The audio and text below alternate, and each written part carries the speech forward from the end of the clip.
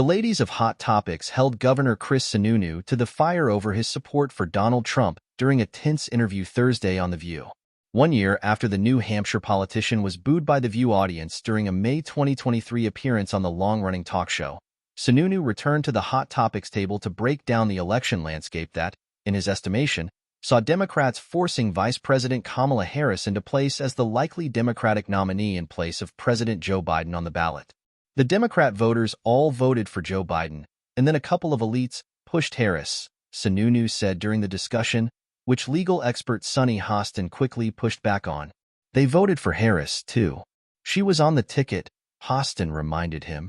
But they voted for Biden to be president, and then it wasn't like it was sent to the convention and then the delegates had a choice or anything like that, Sununu speculated. When Hostin pointed out that Harris has the likely support of over 2,000 delegates, Sununu doubled down. Guys, look, 3 phone calls were made from Chuck Schumer and Nancy Pelosi. Biden said, I'm in this thing.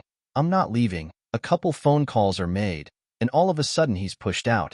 And in 48 hours, all the delegates aren't given a choice of other candidates. They're told, you're going to get behind Kamala, Sununu claimed. This prompted moderator Whoopi Goldberg to step in, firmly reminding Sununu, that's actually not what happened, and that the other choices decided she was the best choice to run.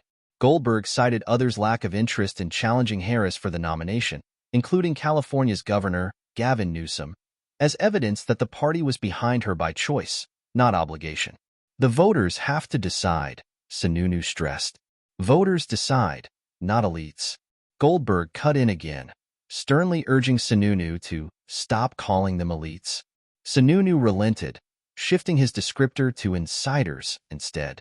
Later, Joy Behar and Hostin grilled Sununu on his support for Trump and the former president's controversial policies and ethics, which Behar estimated are more un-American than worrying about inflation and the economy.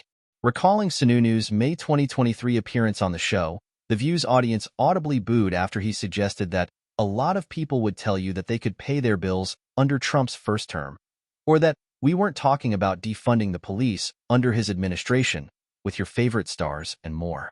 Let me ask you about disqualifiers, right? Being convicted of 34 felonies is not a disqualifier for you. Being indicted 4 times? Not a disqualifier for you. Found liable for sexual abuse? Not a disqualifier for you, Hostin asked, and Sununu nodded in agreement after each point she made.